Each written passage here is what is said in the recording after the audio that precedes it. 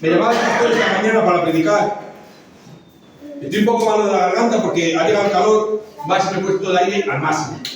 Porque yo siempre lo digo, prefiero morir de frío que de calor. Lo he puesto al máximo y estoy malo de la garganta, pero el Señor ha puesto una palabra en mi corazón, también para la iglesia. Esta palabra la recibí hace 2 o 3 semanas, viendo la situación de este barrio. Vivimos en un barrio y en especial La Corrala, donde se encuentra la iglesia, que es una zona donde el diablo está jugando sus cartas, donde estamos viendo la juventud, cómo se va detrás de las cosas de este mundo, cómo hay peleas, cómo hay tanta ruina. Y mirando la situación de este barrio, el Señor ponía una palabra en mi corazón, en la cual me ponía un título, y es este: sirviendo a Dios en tierra extraña. Amén. Así que a todo aquel que tenga Biblia me acompaña. Ahora acompáñame con la guitarra, con música, como quieras. Vamos a leer en el libro de Éxodo, capítulo 1, versículo 15. Y dice así su palabra en el nombre del Padre, del Hijo y del poder del Espíritu Santo. Habló el rey de Egipto a las parteras de las hebreas, una de las cuales se llamaba Sifra y otra Fúa, y les dijo: cuando asistáis a las hebreas en sus partos y veáis el sexo, si es hijo, matadlo; si es hija, entonces viva. Pero las parteras temieron a Dios y no hicieron como les mandó el rey de Egipto, sino que preservaron la vida a los niños. Un fuerte aplauso a la palabra del Señor.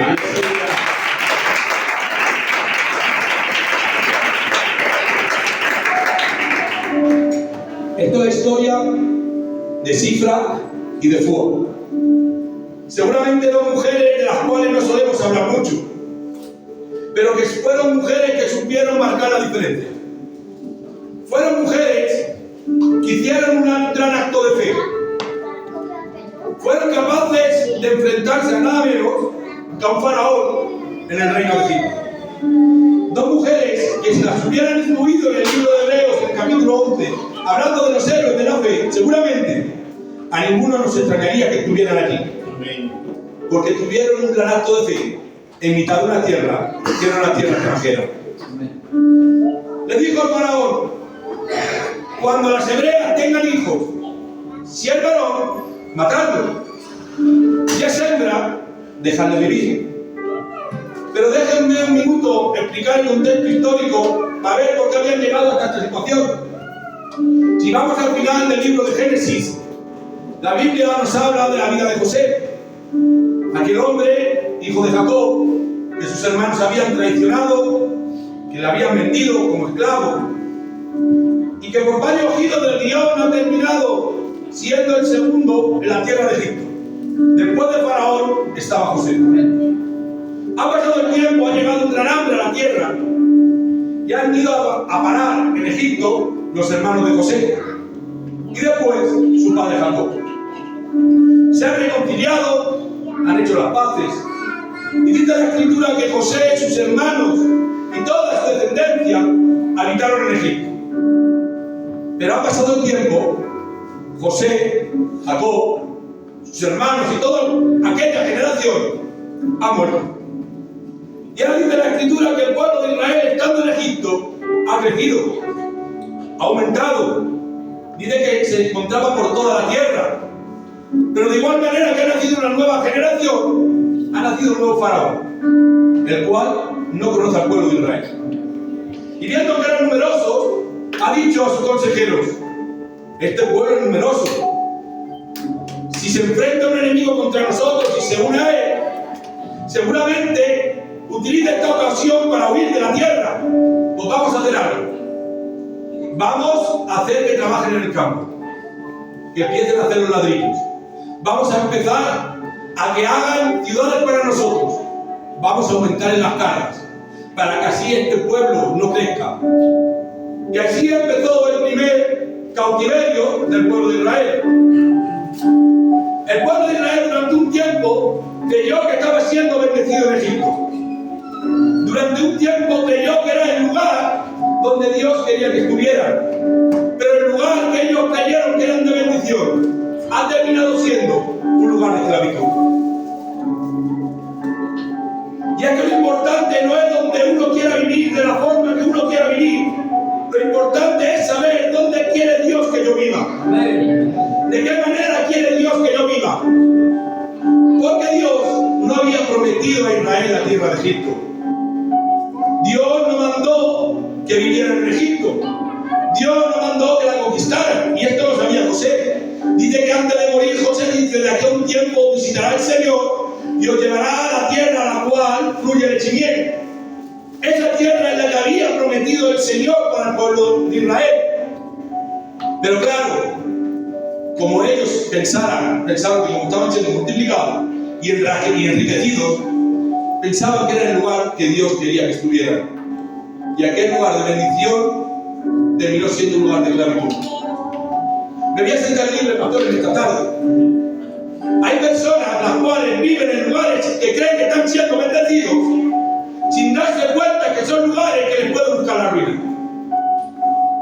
Hay tantos jóvenes que se han acostumbrado, acomodado a pasar tiempo en ciertos lugares donde ellos se creen que son felices, donde ellos se creen que están viviendo la vida que quieren vivir.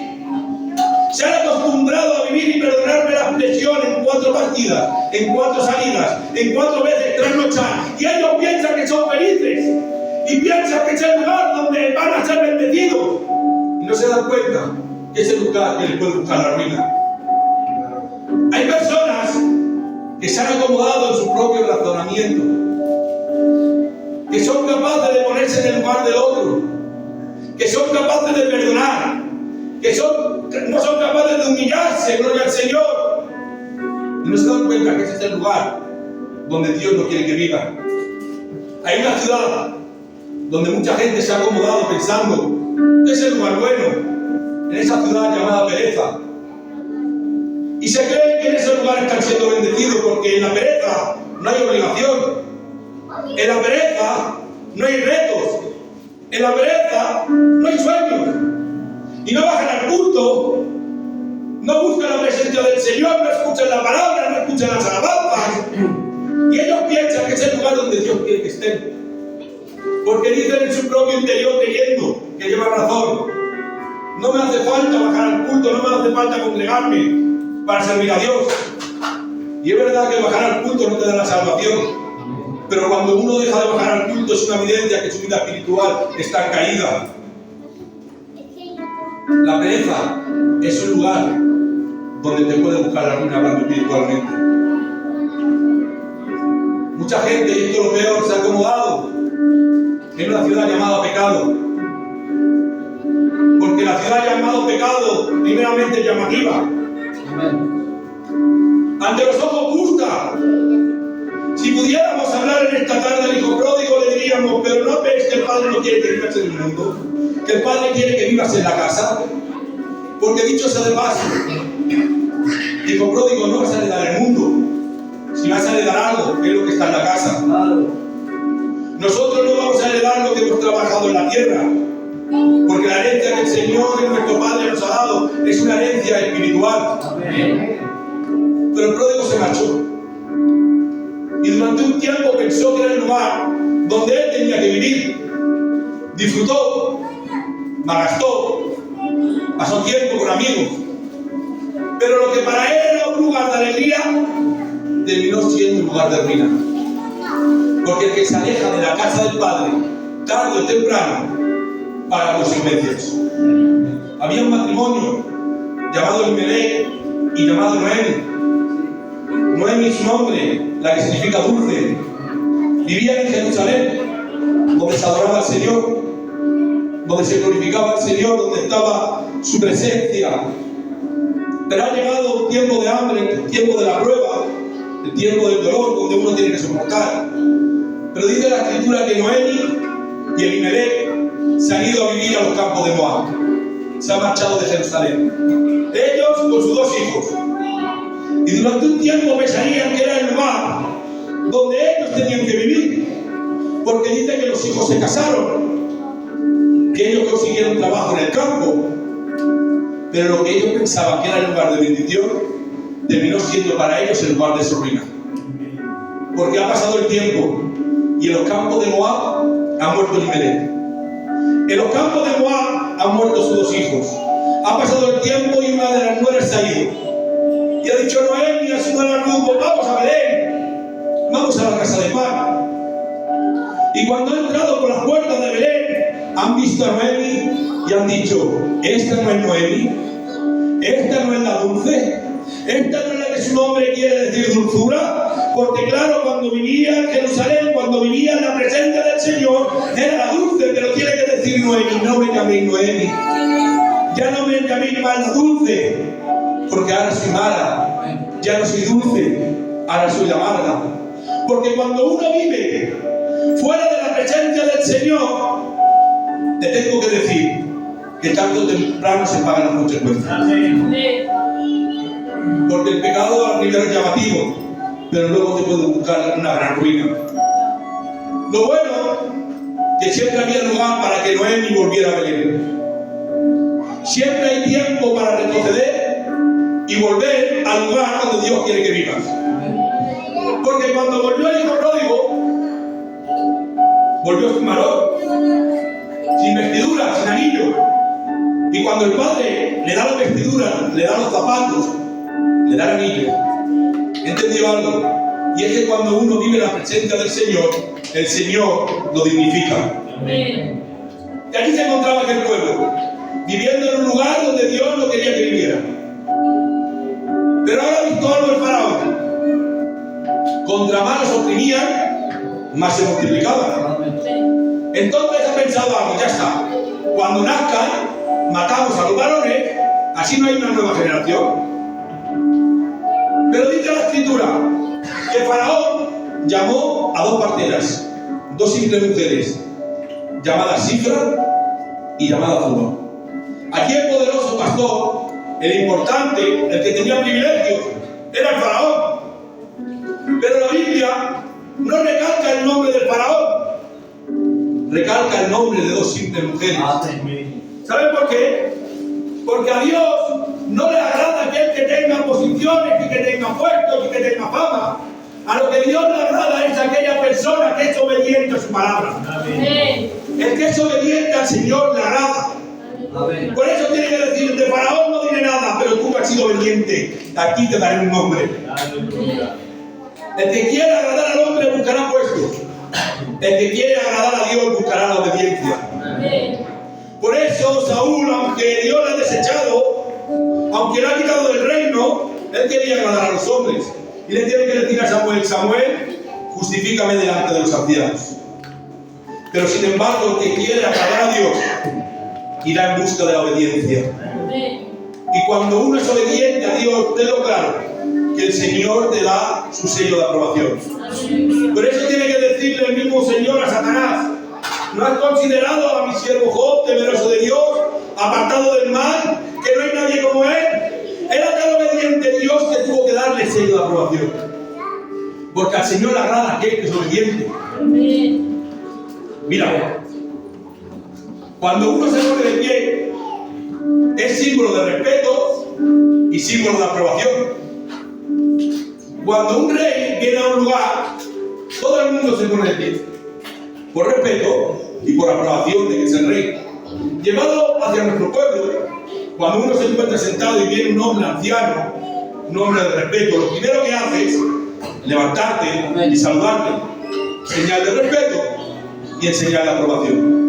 Bien, os dice en el libro de los Hechos, capítulo 7, habla de un hombre que no tenía una gran posición y tenía mucha fama, era un simple diácono llamado Esteban. Dice la Escritura que se ha enfrentado a los fariseos de aquel tiempo. Ha empezado a decirle la situación en la que ellos se encontraban y ha levantado falsos testimonios en contra de Esteban. Le han hecho un juicio de tal manera que le han llevado a la muerte. Esteban podía haberse rebelado contra Dios. Esteban podía haber maldecido a aquellos hombres. Podía haber deseado también la muerte. Pero dice la Escritura que Esteban fue obediente hasta la muerte. Ha sido tan obediente Esteban que, imitando al Señor Jesucristo, ha tenido que decir: Padre, perdónalos, porque no saben lo que hacen. Y hablando de que Dios se agrada de aquellos que son fieles y obedientes, dice la Escritura que Esteban ha mirado al cielo y ha visto el cielo abierto, al trono de Dios y a la derecha a Cristo. Pero dice la Biblia textual, pastor, y esto me encanta. Y Esteban miró al cielo, vio el cielo abierto, vio el trono de Dios y a la derecha vio a Cristo de pie. Le agradó tanto a Cristo la obediencia de Esteban hasta la muerte, que para darle el sello de su aprobación en su trono en el cielo, tuvo que levantarse y decirle: Esteban, estoy orgulloso de ti. Porque Dios se agrada de aquellos que son obedientes. Y yo no sé esta tarde cuántos quieren agradar al Señor. Si quieres agradar al Señor, sé fiel y obediente a su palabra en el nombre de Jesús. Ya han dicho las parteras, no lo matamos. Enfrentarse a un faraón en aquel tiempo que la vida no valía nada, lo más probable es que te mataran. Pero aquellas mujeres han decidido desafiar al faraón y servir a Dios en mitad de una tierra extraña. Porque la juventud y la vejez es excusa para no poder servir a Dios. A Dios se le puede servir en la enfermedad, se le puede servir en la escasez, se le puede servir en la abundancia. No hay, aleluya, ningún impedimento que te impida servir al Señor. Por eso, había 3 jóvenes en una tierra que no era la suya. Allí se encontraban Sadrach, Mesach y Abednego en la tierra de Babilonia, separados de su familia, separados de su tierra, de su lenguaje, de sus costumbres, en una tierra que era extraña para él. Pero allí Nabucodonosor ha levantado una estatua y ha dicho con un edicto: al sonido de la música, todo el mundo se tiene que postrar y adorar a la estatua. Y el que no se postre será metido en el horno de fuego. Aquí hay un detalle, pastor, que me gustaba. Y es que Nabucodonosor no quiso que se postraran a través de obligaciones, ni a través de torturas, sino a través de la música. Porque la música es algo que nos gusta a todos. La melodía, una buena melodía, es algo que a todos nos gusta. Y por eso Nabucodonosor, a través de la música, quería que se postraran. A nuestra concupiscencia, nuestros deseos, no le va a traer algo que no le gusta, le va a traer aquello que le gusta. Satanás, que el Señor le reprenda en esta tarde, no te va a tentar con cosas que te desagraden, te va a tentar con cosas que te agraden. Y a veces la tentación vendrá disfrazada de una buena melodía, vendrá disfrazada de una palabra no pasa nada, vendrá disfrazada de una palabra todos hacen lo mismo, vendrá disfrazada de una palabra Dios entiende las cosas. Y la tentación querrá que te postres a través de una buena melodía. Pero ¿sabes cómo se puede vencer a esas tentaciones ocultas? Viviendo la presencia del Señor.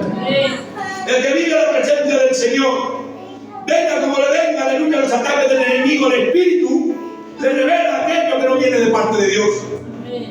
Y se habían preocupado tanto en agradar a Dios aquellos jóvenes, que cuando vino la tentación, aunque todos se postraron, ellos permanecieron de pie.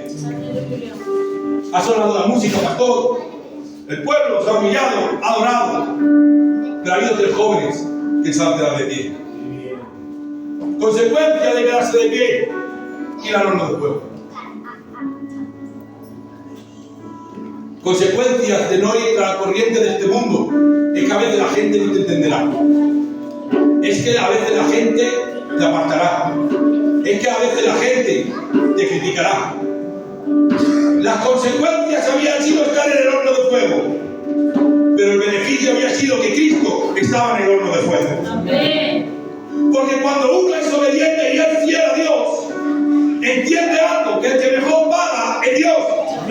Y cuando Dios ve a alguien obediente y fiel, aun en tierra extraña, aun en tierra extranjera, lo que Dios te promete, que pases donde estés pasando, Él estará contigo. Por eso merece la pena servir a Dios en mitad de este mundo. Porque entendemos que su presencia está con nosotros. Pero no han temido a Faraón, pastor, han temido a Dios. Mira, hay 3 tipos de temores. Está el temor que tienen que tener aquellos que no conocen a Dios de un inminente juicio. Está el segundo temor que usted y yo tenemos porque somos débiles, el temor al fracaso, el temor a la economía.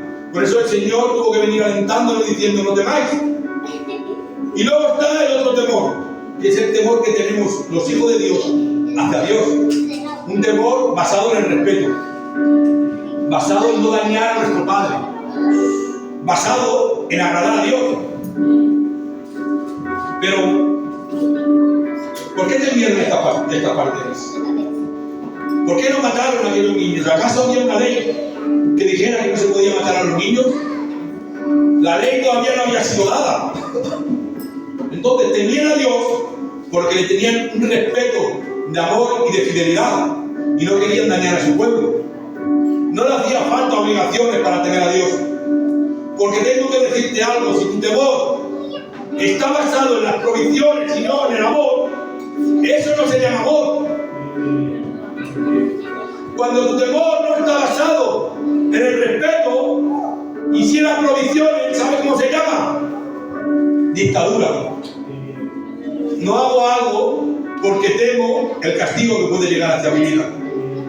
Y aquel que vive bajo el temor a las provisiones, te tengo que decir algo porque lo sé. Al que siga a Dios por provisiones, tarde o temprano se cansa. Y llegará un momento donde deja de hacerlas. Llegará un momento en el secreto donde uno cree que nadie le ve y dirá: este es el momento. Pero el que tenga a Dios por amor, por fidelidad, pase por donde esté pasando, le sigue siendo fiel. Que ser temeroso a Dios tiene privilegios. Déjenme leer un par de versículos. Dice la Escritura: el temor del Señor es el principio del conocimiento. El principio de la sabiduría es el temor del Señor. El temor de Jehová es para vida, y con él vivirá lleno de reposo el hombre. El temor de Jehová es manantial de vida para apartarse de los lazos de la muerte. El temor de Jehová está la fuerte confianza y esperanza que tendrán sus hijos. El temor de Dios es beneficio para nosotros. Y aquellas parteras han tenido más a Dios que aquel faraón. Han sido capaces de servir a Dios en tierra extraña. Porque dice la Biblia que esta tierra no es la nuestra. Amén. Que nosotros estamos esperando la que ha de venir. Amén. Que somos extranjeros en mitad de esta tierra. Pues yo preparando esta palabra y acomodándola a este barrio en el cual vivimos, dice la Escritura en Apocalipsis capítulo 2, versículo 13, hablando Cristo a la iglesia de Pérgamo, dice: yo conozco tus obras y dónde moras, donde está el trono de Satanás.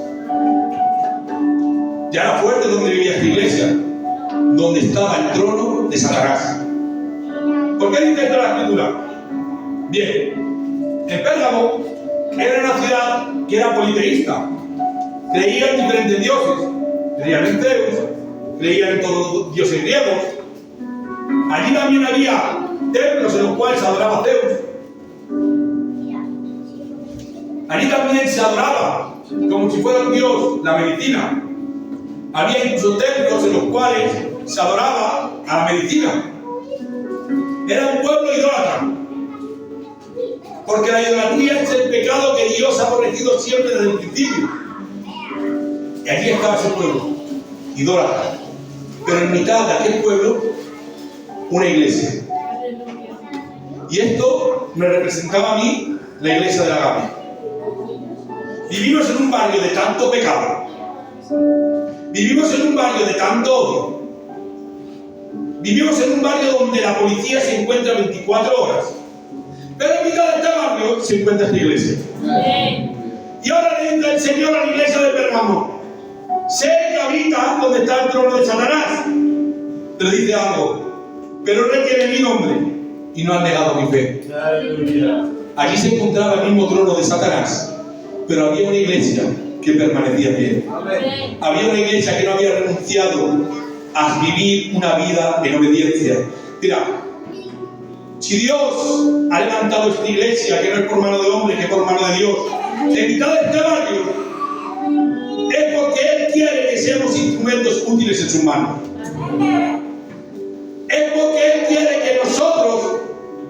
daremos luz a aquellos que viven en tinieblas. Pero para ello debemos ser obedientes y ser capaces de servir con fidelidad a Dios en mitad de tierra extraña. ¿Qué pasó con aquellas mujeres que sirvieron a Dios? Dice que Dios las prosperó y que Dios estuvo con ellas.